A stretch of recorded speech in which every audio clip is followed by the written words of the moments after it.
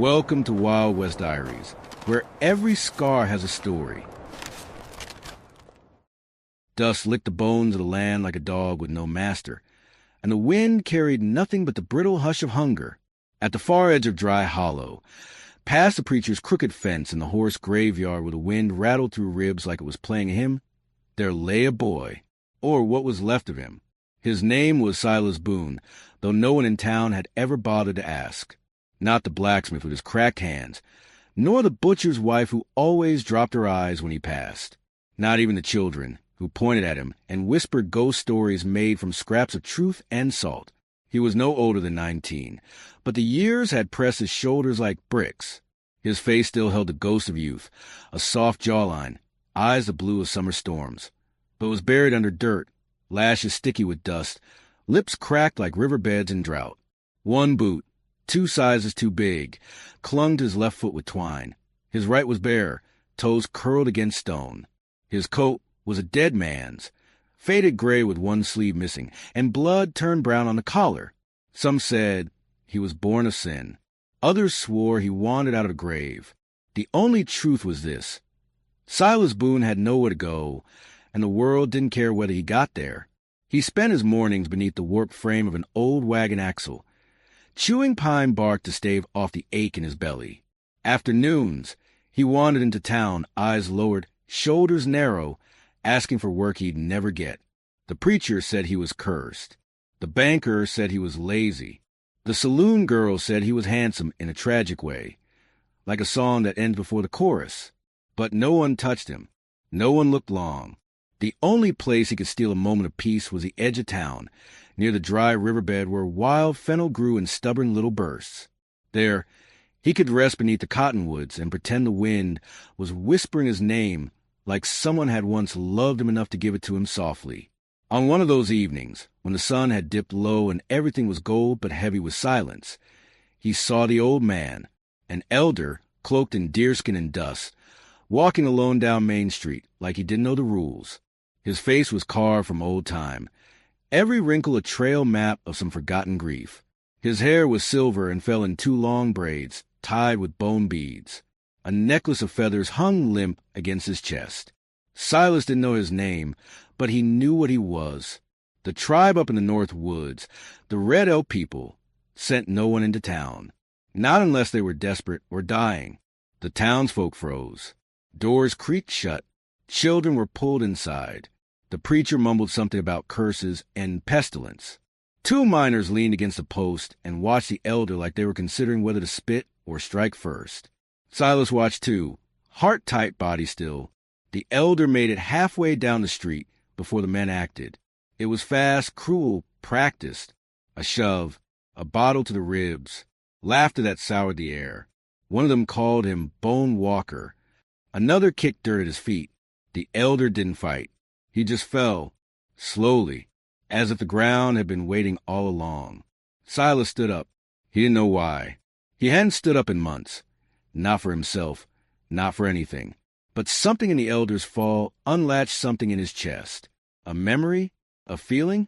Or maybe just the unbearable quiet. He crossed the road. The 2 miners laughed and moved on. No thrill left in breaking what wouldn't fight back. Silas knelt. The elder's breath came ragged, but his eyes were clear, deep pools, dark as river roots. They locked eyes. A moment passed. 1 heartbeat. Then another. And then Silas heard a whistle through the leaves. Sharp. Cutting. An arrow. He didn't think. His body moved like it remembered a life he'd never lived. He threw himself across the old man's chest just as the arrow pierced the air and sank into his side with sound like wetwood splitting. Time cracked.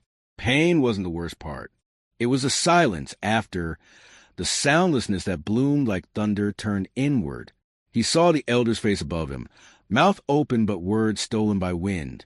Someone screamed. Or maybe not. Maybe the world just turned white for a while.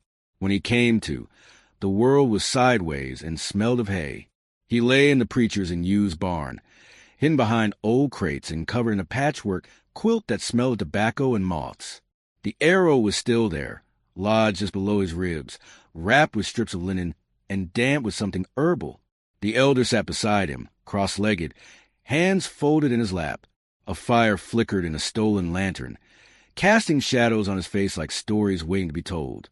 "You bleed quiet," the elder said, voice low and wind-worn. Silas blinked. His throat burned.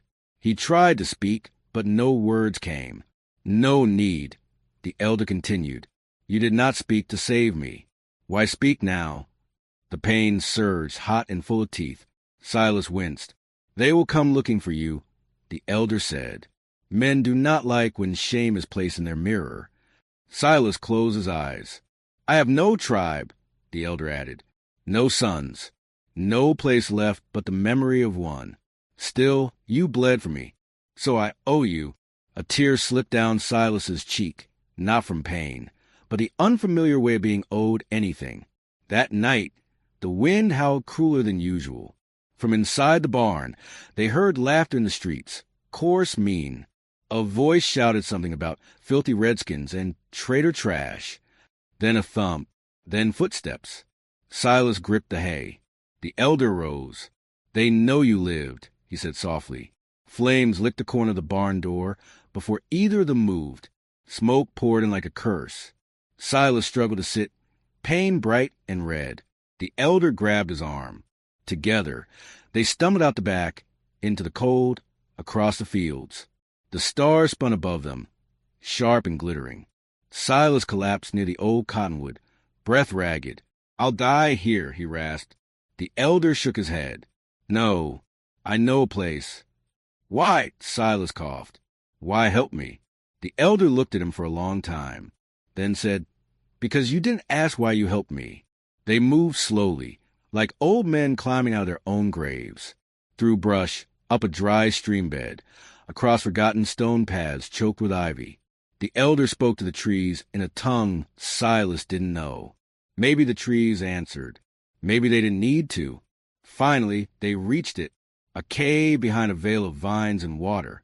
Hidden, ancient. The elder ducked inside first, beckoning Silas after. Inside, the air was cooler, softer. A fire already burned in the center, smoke curling toward a crack in the stone. Carvings danced along the walls. Elk, sun, rivers, men with wide-open eyes. Silas sat down hard, clutching his side. Blood soaked the linen. The elder worked quickly, muttering prayers, applying salve, wrapping fresh strips of cloth. "You're not the first to be hurt for kindness," he said, "but you might be the youngest to bleed for a stranger." Silas breathed shallowly. The pain had turned to heat. The cave hummed with old stories. "Sleep?" the elder said. "I don't know how," Silas whispered. The elder didn't reply. He only placed a small red feather beside Silas's hand and sat back, closing his eyes, singing something low and long and not meant for understanding. Silas stared at the feather. Something cracked open inside him, something that had been hard for years. And through the ache, through the fear and fire and noise, he let his eyes close. For the first time in years, the boy without a name slept in safety. And far above the canyon, a hawk circled once, twice, and vanished into night. When Silas woke again, the fire had gone low, casting the cave in a blue half-light that made every shadow look like a story. The air held the scent of smoke, pine sap, and damp earth. For a moment, he forgot the pain.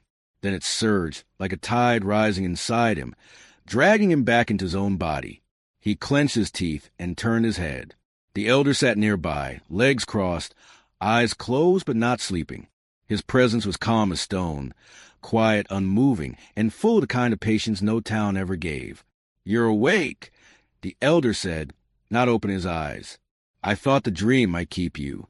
Silas tried to sit. The movement sent sparks of agony through his ribs, where the arrow wound pulsed beneath the fresh wrappings. "You should rest," the elder added, this time with a gentler edge. "The wound is not yet closed." Silas let himself slump back against the cold wall. His mouth tasted of ash and blood. "Why did they shoot?" "Because I am not welcome," the elder replied. "Because I do not belong where fences grow and coins sing.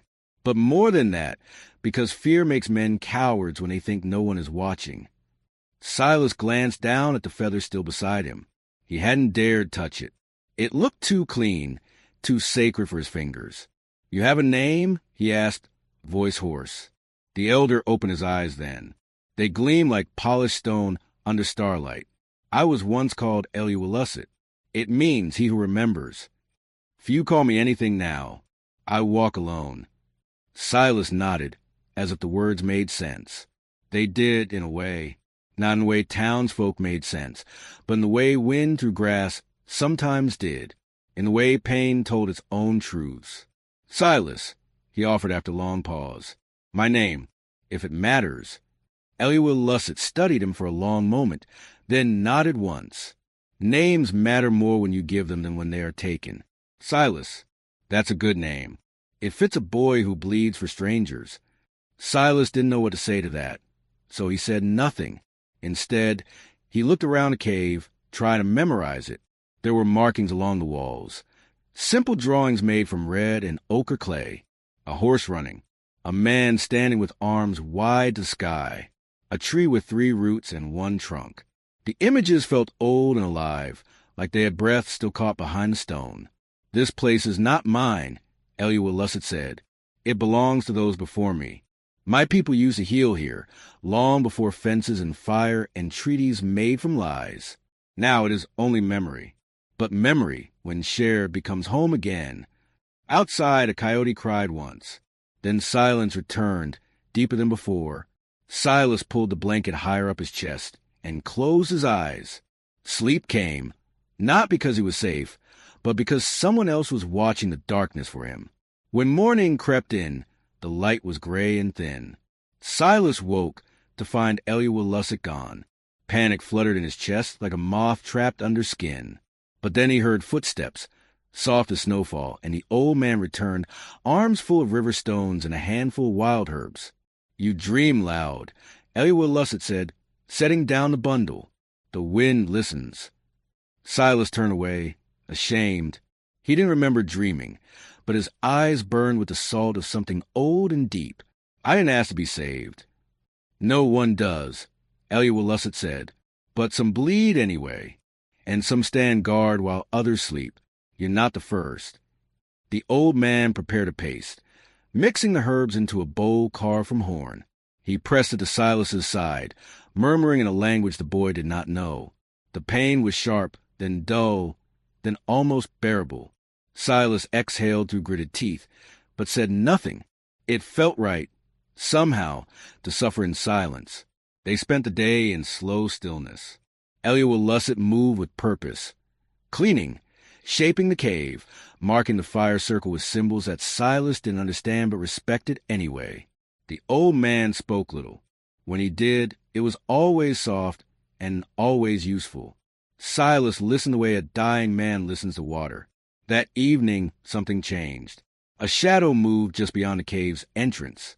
Silas stiffened, reaching for the broken branch he'd been keeping near his side. But Eliuwalusset raised a hand, calm as ever. "He's family," he said. The figure stepped into the light. Younger than Eliuwalusset, but older than Silas. Tall, broad-shouldered, wearing moccasins stained red and a bear-hide cloak. His face was sharp, with high cheekbones and deep-set eyes that carried the weight of winters gone hard. His name was Tamaqua. Silas didn't move. Tamaqua looked at him like one might regard a coiled snake. Curious, cautious, but not afraid. "You bring white boys to sacred ground now?" Tamaqua asked in their language. His tone was clipped, a quiet challenge. "He bled," Eliuwalusset replied, answering in English this time. "For me?" Tamaqua looked again at Silas, longer this time. His jaw twitched.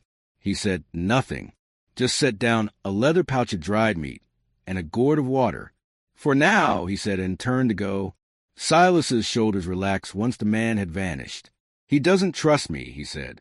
"He shouldn't," Eliuwalusset said without malice. "Trust must be carved, not given, same as names." Over the next few days, Silas healed. Slowly, Eliuwalusset showed him how to grind herbs, how to read the sky, how to listen to the silence between animal tracks. Tamaqua visited again, then again. Each time, his words were few, but his eyes grew softer, less guarded. One morning, he handed Silas a flint knife with a bone handle. For protection, he said simply. Silas stared at it. The handle was carved with a spiral, a mark of the red elk. He ran his fingers over it and said nothing. That night, he spent hours scratching something small into the bone with a rock, an elk leaping over a river. The next time Tamaqua came, Silas handed it back. Tamaqua looked at the carving, paused, then slid the knife into his belt without a word. Something had shifted, but the world outside the cave hadn't forgotten Silas Boone.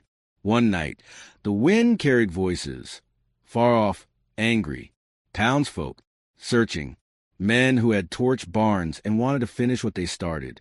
Elihu Lusset and Tamaqua whispered beneath the stars. Silas listened from the cave mouth, heart cold.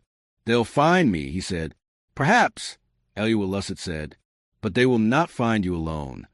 Silas looked at him, unsure what that meant, but Tamaqua was already disappearing into the trees, bough slung over his shoulder. The next day, a woman arrived, old, thin, wearing a faded shawl and carrying a basket of berries. She didn't speak to Silas, just left the basket near the cave and walked away. The following morning, a boy came. He set down a rabbit skin, looked at Silas, and smiled once before vanishing. They're watching, Elihu Lusset said. Word spreads faster than fear. They know. Silas wasn't sure if that made things better or worse, but it made them real. He began to help.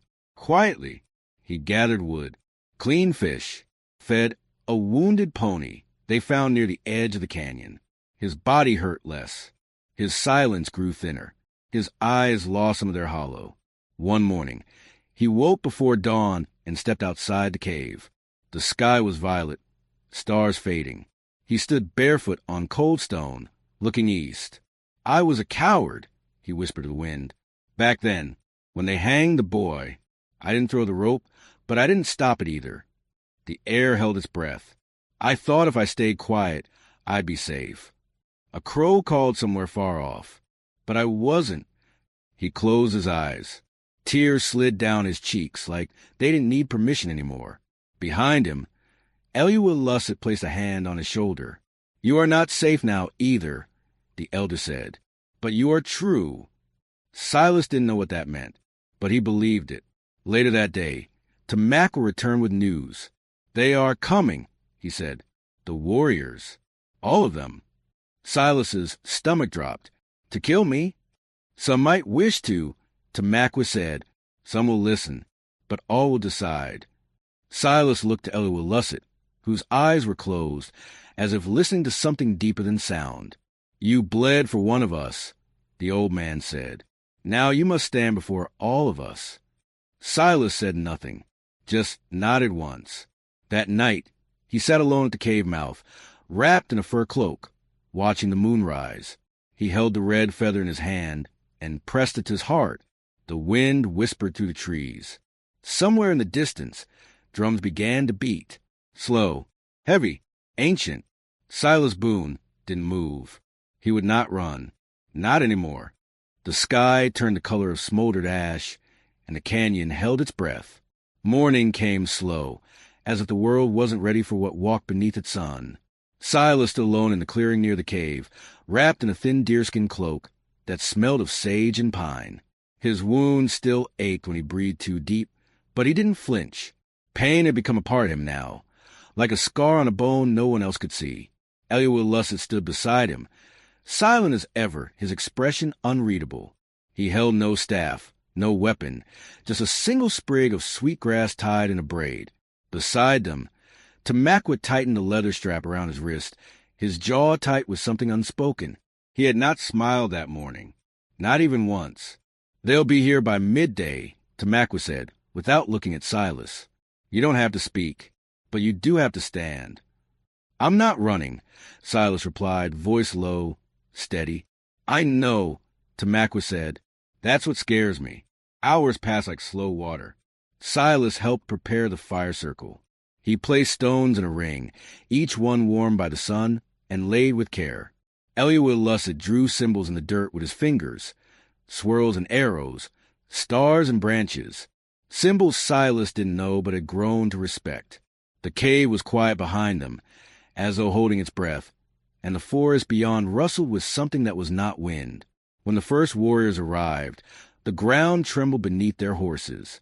They came in silence, one after another, like the steady beat of a war drum made of hooves and judgment.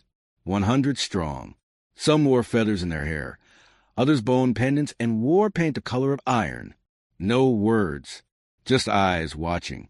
Silas didn't move. Chief Nowell rode in at the center of the procession, his horse tall and black as pitch. He was older than Tamaqua, younger than Eliawalusset, but carried the weight of both. His face was carved with lines of war and wisdom, and his presence was a kind that made lesser men straighten their backs without realizing it. He stopped 10 paces from the fire circle, dismounted, and walked forward. When he reached the edge of the stones, he looked at Silas for a long time, the kind of gaze that dug deeper than skin. "This is the boy?" he asked. Eliawalusset nodded. "He bled for you?" "He bled instead of me," the elder answered. Chief Nowell looked at Silas again, studying him like a blade that might yet be sharp or brittle. "Do you know what it means to stand here?" he asked. Silas swallowed. "I know what it meant not to." The chief's eyes narrowed. Silence stretched, deep and thick as river clay. Then a voice broke it, angry young. "He's a white dog." Someone muttered from the edge of the circle, "A ghost boy. Let him go back to his kind." Another joined in. "He'll sell us for bread, same as the others." Tamaqua stepped forward, his voice firm. "He saved my grandfather. He took the arrow meant for blood of our blood." "He still has white eyes," someone said. "That can't be changed." "No," Eliawalusset answered, stepping forward. "But he did what we have forgotten. He chose to shield instead of strike, and he did it with nothing to gain." Chief Nowell raised a hand, and the voices quieted. "Let him speak," the chief said. Silas's breath caught. His heart pounded loud enough to drown out the birds. "I'm not here to ask for anything," he said slowly. "Not forgiveness. Not a place. I know what I am. I know what they see when they look at me." He paused, voice catching. No one moved. "But I bled for him because someone had to, because no one else did, and because I've spent most of my life being nothing to anyone. That moment, it made me something." He looked around the circle, at eyes that ranged from suspicious to unreadable. "You don't have to take me in. I won't beg, but I won't run either. I'm not the one who shot the arrow, but I chose to stop it." He finished, breath short, throat tight. The silence that followed wasn't empty. It was full of consideration, of surprise, of something starting to bend that had long been stiff with habit. Chief Nowell walked toward him, step by step, until they were face to face. "Would you bleed again?" he asked.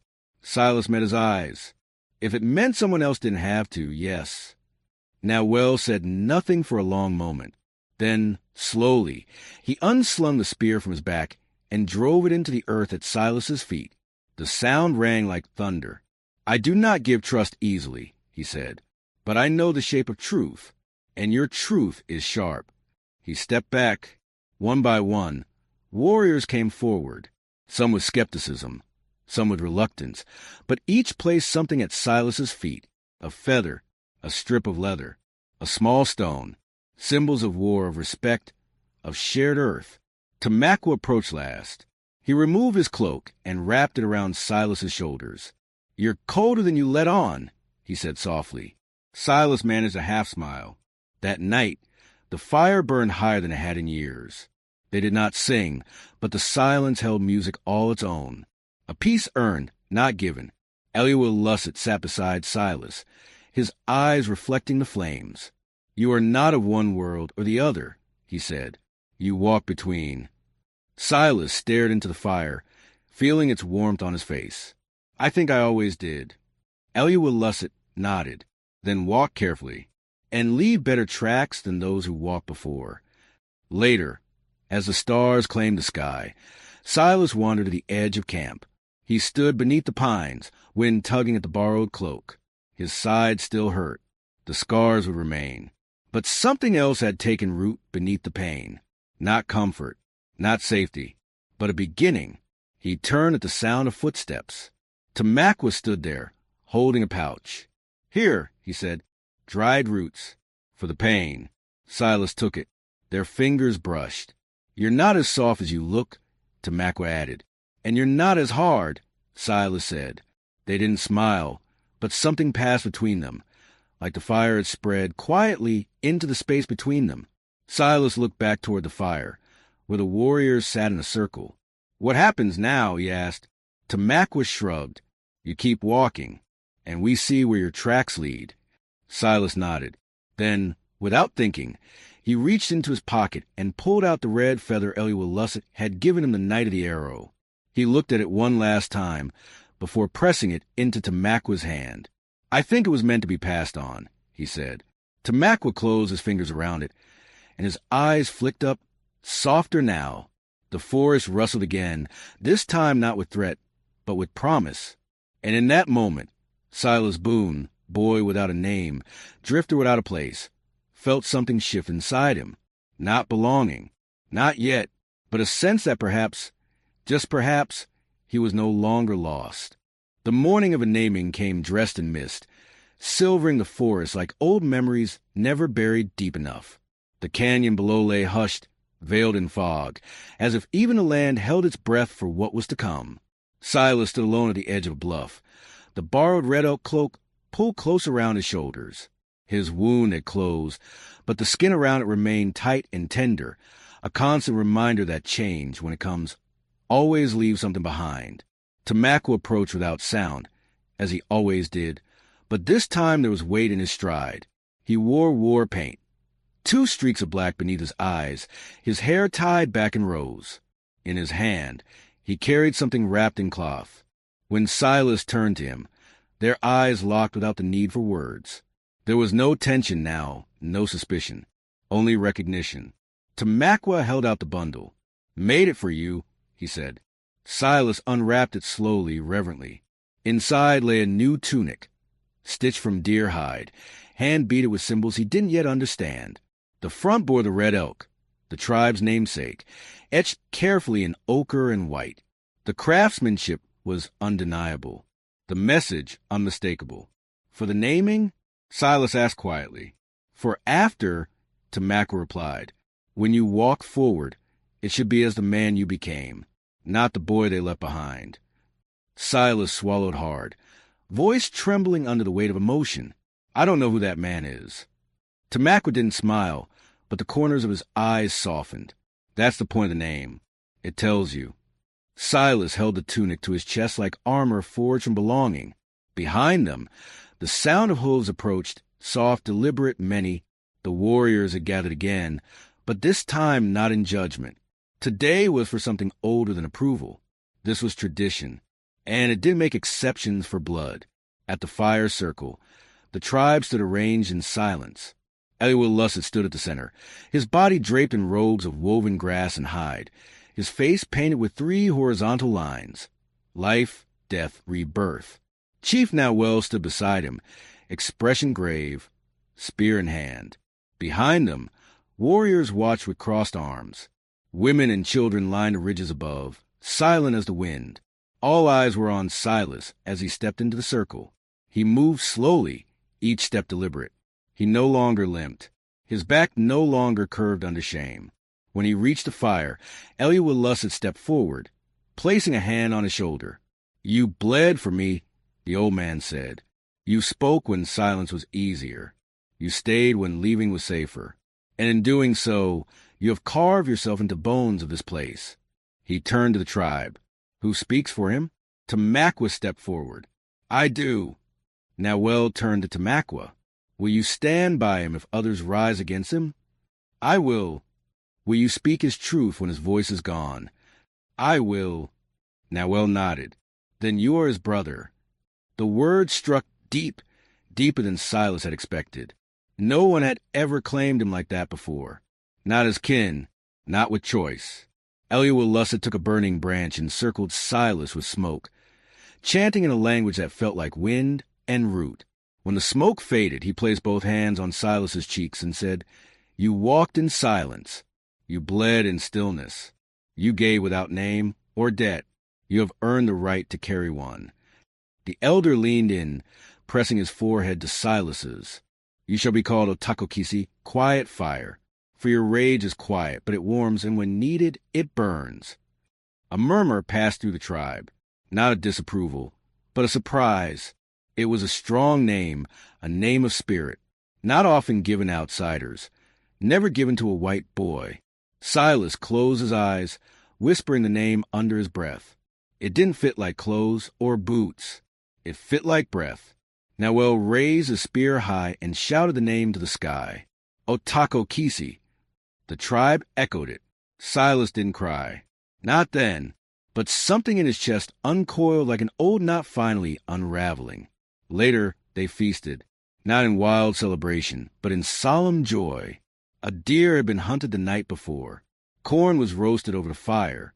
Berries passed hand to hand. Silas sat beside Tamakwa, who spoke little but remained close. The silence between them had changed. It was no longer laced with doubt. It had become the quiet share between brothers who had walked through fire together. As night fell and the stars stitched themselves across the sky, a shout echoed from the southern ridge. A scout, breathless, blood on his leggings. "Riders," he gasped. "From the town. 15 or more. Armed." The fire dimmed beneath the weight of the news. Chief Nawel rose, grim. "They come now." The scout nodded. They followed the smoke, and they want the white boy. All eyes turned to Silas, but he did not shrink. He stood. "I won't let them spill your blood," he said. "You are one of us now." Tamakwa said, "They'll have to go through all of us." But Silas shook his head. "They come for me, and they'll only see me." Eliud Lusset stepped forward. "You forget the lesson. You bled for one. You will not bleed alone again." Nawel gave command. Warriors stood, mounted, prepared. Bows were strung. Spears gathered. Women and children were led higher into the woods. Tamakwa handed Silas a bow. Silas took it. They waited by the bend in the canyon path where the forest narrowed. The fire circle had been covered with wet earth, the smoke doused, but the wind had already carried the scent far. The townsmen rode in fast, faces red, guns ready, words slurred with whiskey and hate. Their leader, a man named Clary, Silas remembered him from the saloon porch, pointed his rifle straight at his chest. "You got nerve, boy," he spat. "After we burned you out, you still crawl back like a flea." "I didn't crawl," Silas said. "This your little tribe now?" Clary barked. "What did they pay you in? Beads? You think you can bleed your way into their skirts." Tamakwa growled low, but Nawel held up a hand. "We do not want war," the chief said. Clary laughed. "Then give us the boy." "You shot an elder," Silas said, stepping forward. "You tried to kill a man who couldn't fight back. I stood in the way. That's all. You're a traitor." "I'm a man," Silas said, voice hard now. "And you're afraid because I finally stopped hiding." Clary raised his rifle. "You're dead." The shot cracked, but it wasn't Clary who pulled the trigger. From the ridge, Tamakwa fired first. His arrow found its mark. Clary's gun, splitting the wood in half before the powder could spark. The man screamed, more in fear than pain. In the same breath, 20 more arrows flew, each landing in the dirt before the horse's hooves, a line drawn in bone and feather. The townsmen froze. "Leave," Nawel commanded, "or next time we won't miss." Clary looked around. His men hesitated, some already turning their horses. Their courage had drained like water from a cracked barrel. "You've made your bed, Boone," Clary hissed. "We'll be back." "No," Silas said. "You'll remember this, and you'll learn that not every man who leaves your world is lost." Clary spat in the dirt and rode off, the others behind him. When the dust cleared, the forest exhaled. That night, around the fire once more, the mood was different. There was pride in the air, a quiet pride, the kind that doesn't need shouting. Tamakwa handed Silas a small leather pouch. Inside was a pendant, carved from bone. It bore the red elk. "You're not just welcome," Tamakwa said. "You're wanted." Silas took it in both hands. His fingers trembled. He didn't speak. He didn't need to.